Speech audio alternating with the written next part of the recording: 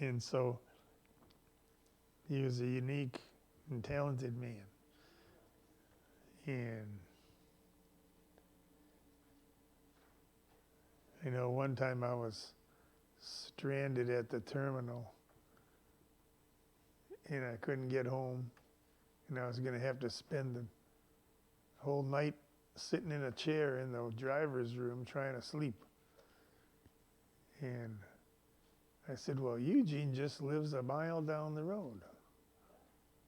So I called them up, and boy, they came boiling over the horizon to get me. And the kids were little then, and they were excited because something different was happening that day in the house. And I get there, and Betty says, I don't suppose you ate yet. I go, no, I didn't, ma'am. And she goes, well, you're probably hungry. I go, yes, I am. Well, we just got done eating. They had cleaned off the table and everything. She goes, but we still got some food left, some chili. And I go, cha-ching. Because I told Nancy, I said, you either love chili or you're wrong. And so she brought me this tray with chili on it and cornbread and all kind of stuff.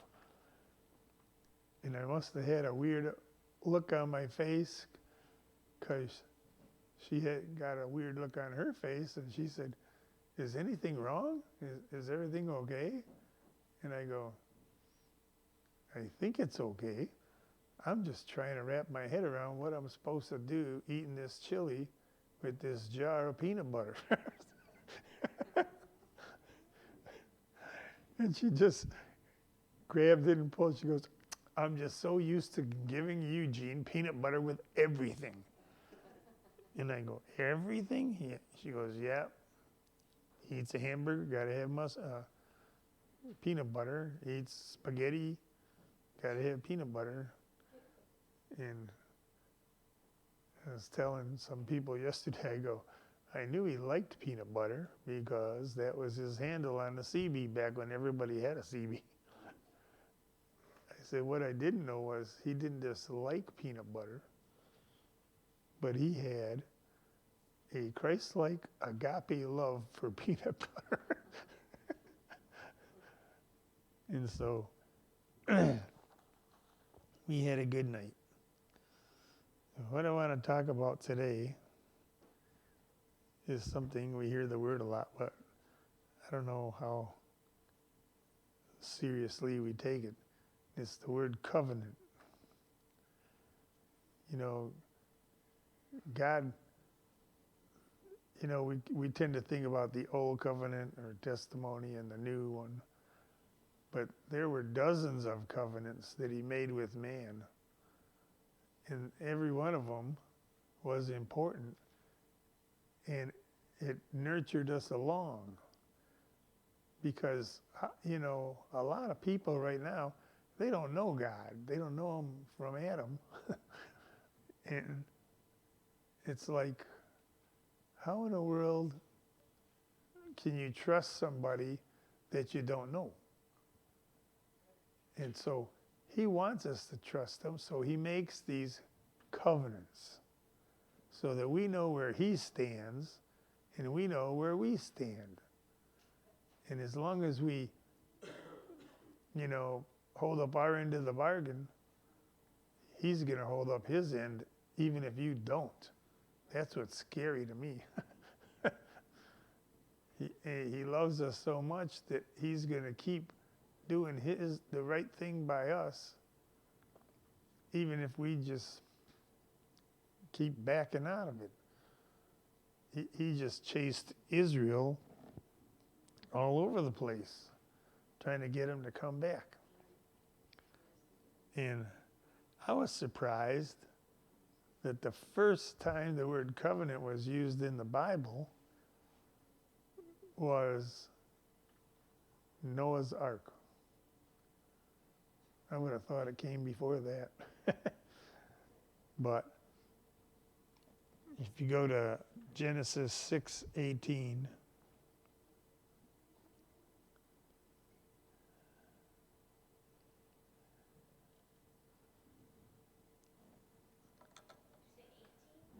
Yes.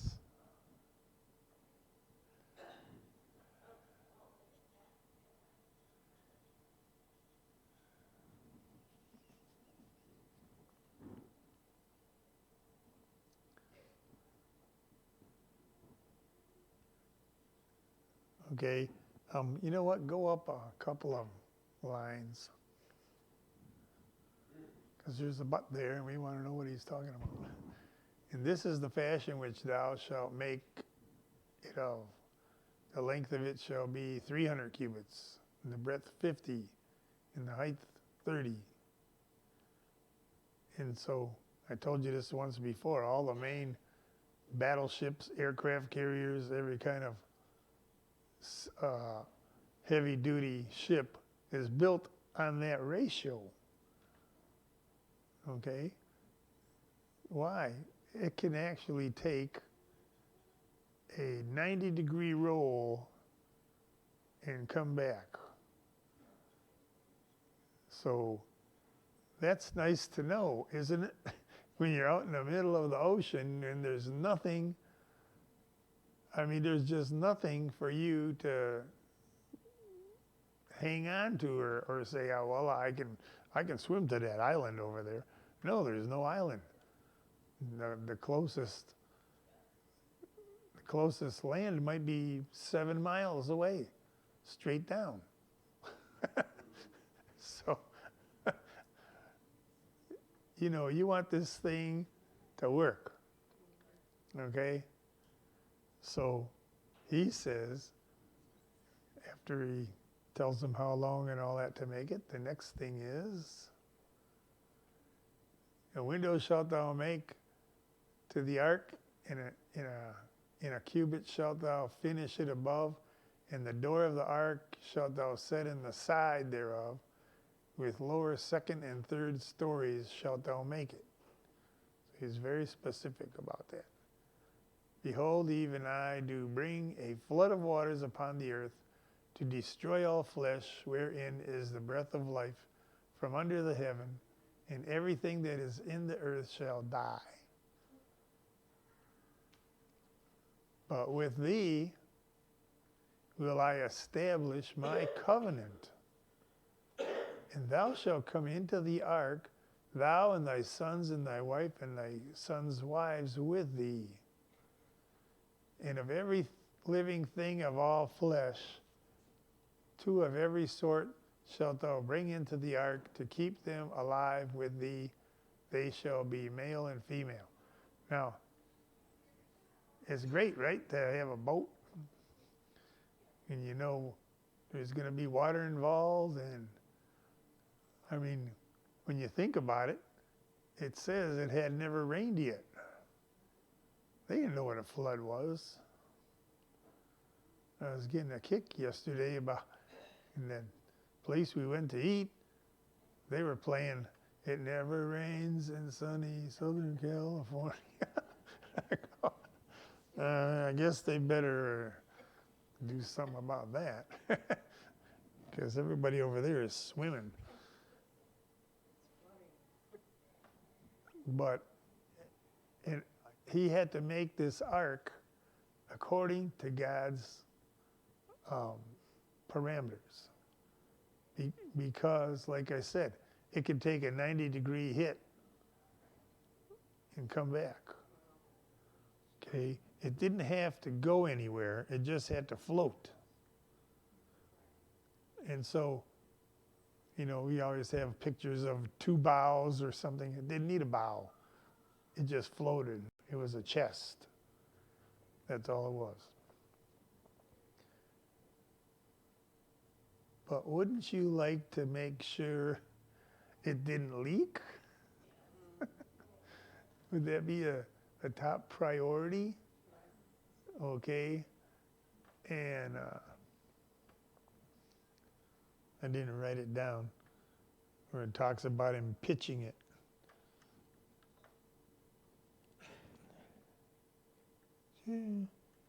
Anyway, he said, I will establish my covenant with you, neither shall all flesh be cut off any more by the waters of a flood, neither shall there be any there anymore be a flood to destroy the earth. That was the next covenant, the rainbow. But when it says that he pitched it inside and out, right? I mean, some people would think, well, one or the other would be fine. But that word for pitch is the word that they get the word Yom Kippur, Day of Atonement. Okay, so that pitch wasn't just some goop to seal it up like tar. It was being sealed up with atonement. Okay, that's the covenant that we want. We want our sins to, it began to God working on getting sin out of our life. And at first he had to basically just cover it up. But his plan was eventually to have a new covenant with the blood of Jesus, and that would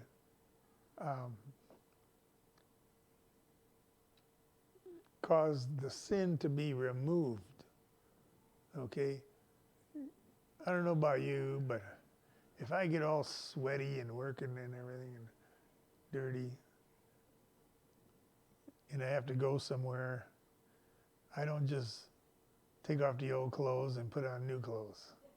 Creeps me out. I don't know about you. I just don't like putting clean clothes on my dirty body.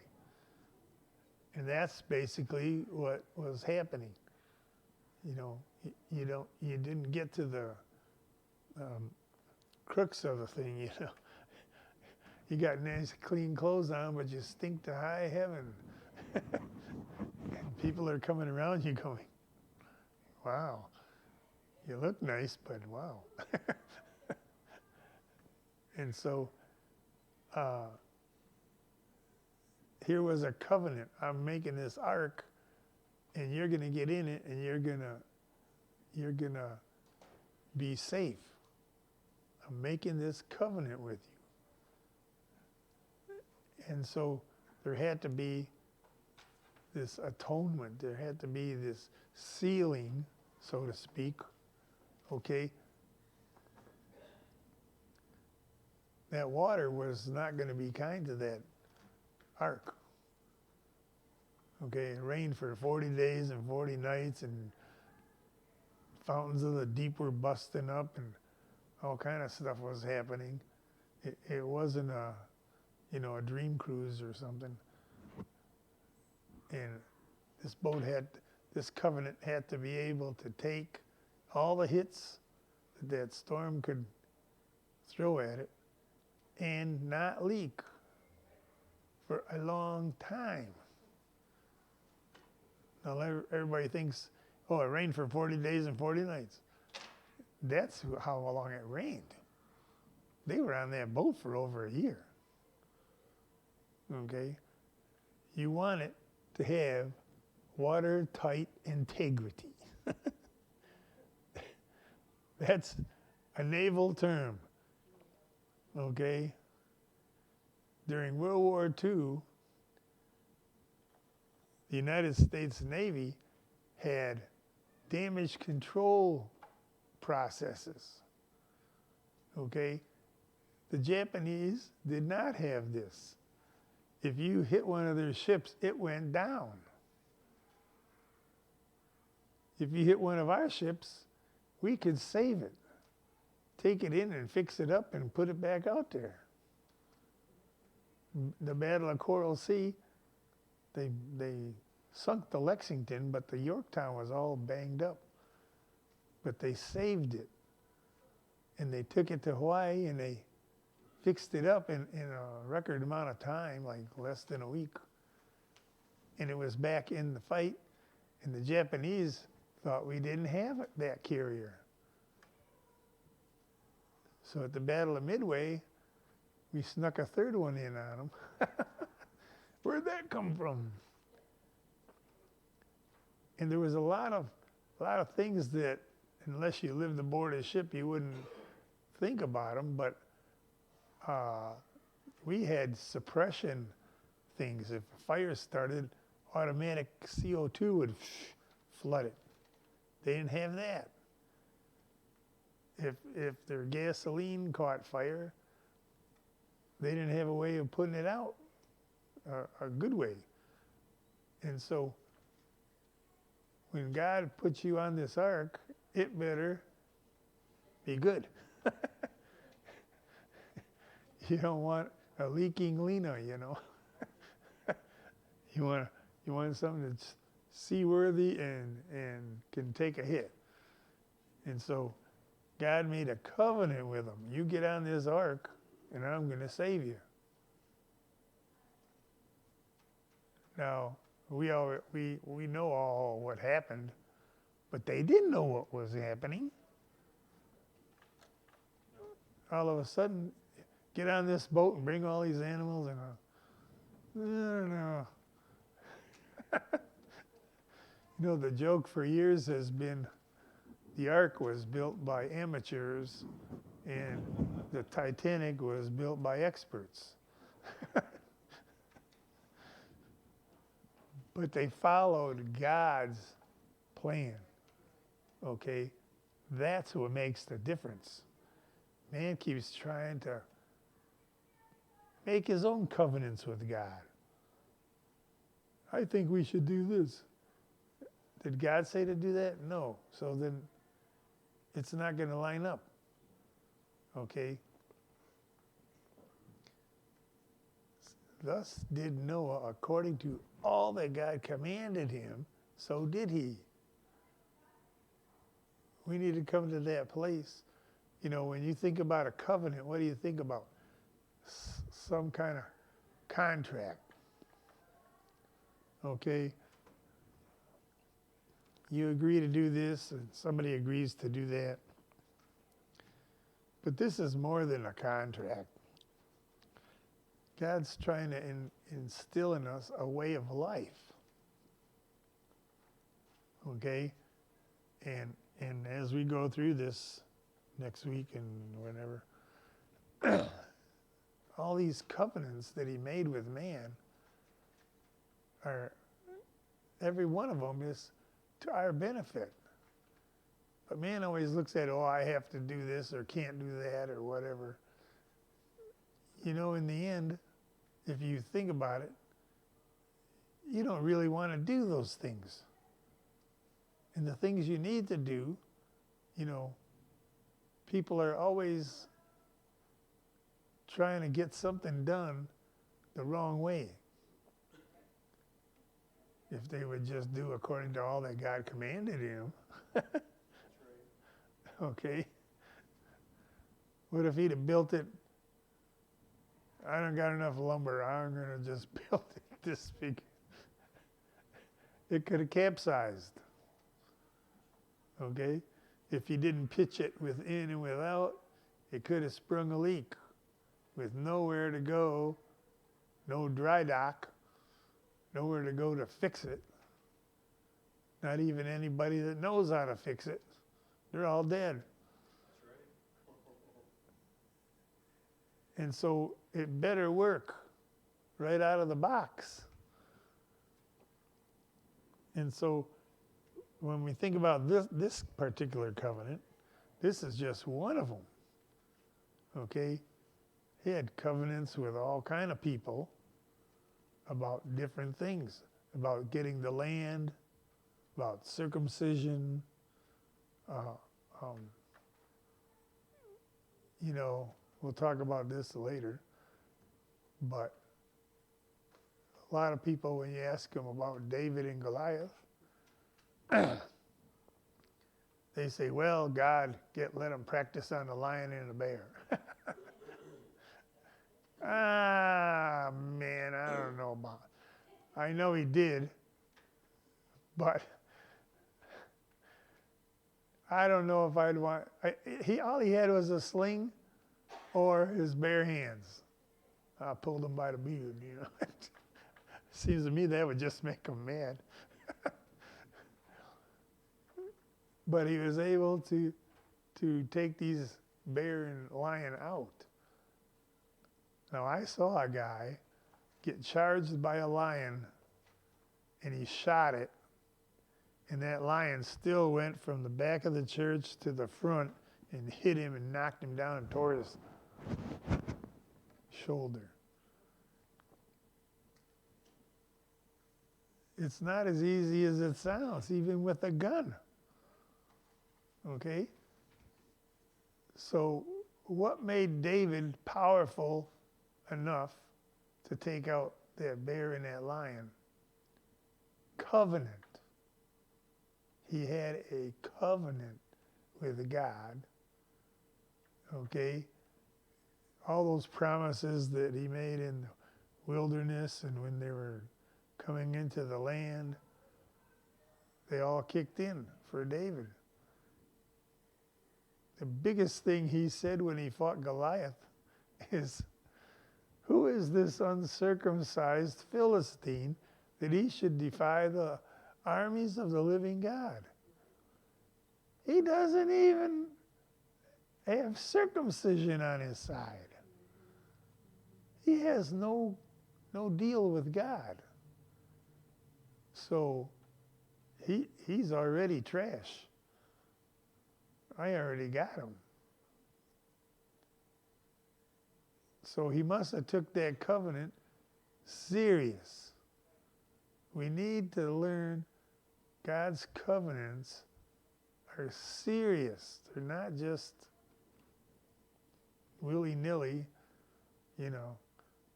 Yeah, that's in the Old Testament, that's in the New Testament. And we have to take all of his covenants serious and know what they're about and why, and then those are promises. Okay? And he promises you something. You can take it to the bank, we say. But, you know, you have to believe it. You have to buy into it. And it's not easy when you're facing a Goliath if you don't believe in that covenant. If you don't say, "I got you now." You have no covenant with God. I do. That's right. So you lose.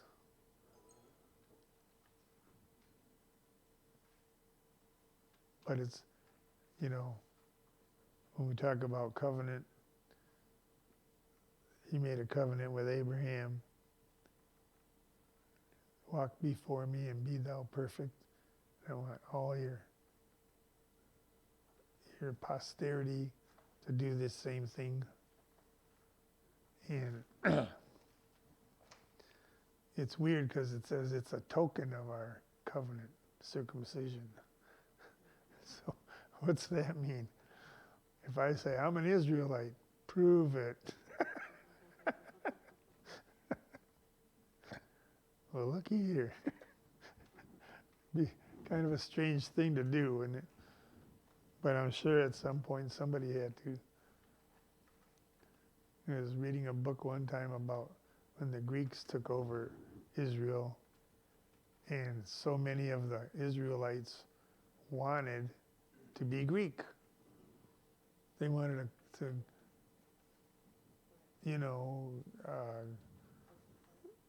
suck up to what the world was doing. And the Greeks would go into a gymnasium, which means naked. And they, of course, you would see that somebody was an Israelite. Well, they didn't want you to know they were Israelite. They actually had an operation to reverse circumcision. And some of them would do it. And a lot of the people were, when it talks about Hellenistic Jews or Hellenists, those were Jews that wanted to be Greek. Okay? talks in Acts 6 about the people were complaining that, the people that were Christians got ministered to, but the ones that were the Greek Christians got like second place. So there was a murmuring about it. When it says they were Grecians, that's what they were, was Jews that wanted to act like Greeks. The name Bartholomew, one of the apostles, it means Bar, son of Ptolemy, which was one of their leaders after Alexander the Great died. He's the one that got to take over Israel and Egypt and all that area, Syria. And so if you wanted to act like you were something in his lineage, you could call yourself Bartholomew. And I always think, Lord, you must have had your hands full when you picked them apostles. Because you got a Bartholomew, you got a Levi, a tax collector, and then you got Simon Zealot. He wants both of them guys dead. And you had to take these 12 guys that all had different backgrounds, sibling rivalries and everything else, and mold them into the 12 apostles and get them ready to go out into the world, to be sent out into the world with this gospel. Boggles my mind. We wouldn't have picked them like that. We'd have handpicked them, people that think like us. And you know what? Yeah, when you get a bunch of people that all think alike, they fight. And so, anyway, next week, or you're talking next week, right? I'm preaching. You're preaching next week. Yes, sir. So I'll be here next week. Okay. We'll do more about this a couple weeks from now. Look up that word covenant and see what it means, and because God really takes covenant serious. And I'll tell you just how serious when it's my turn again. Okay.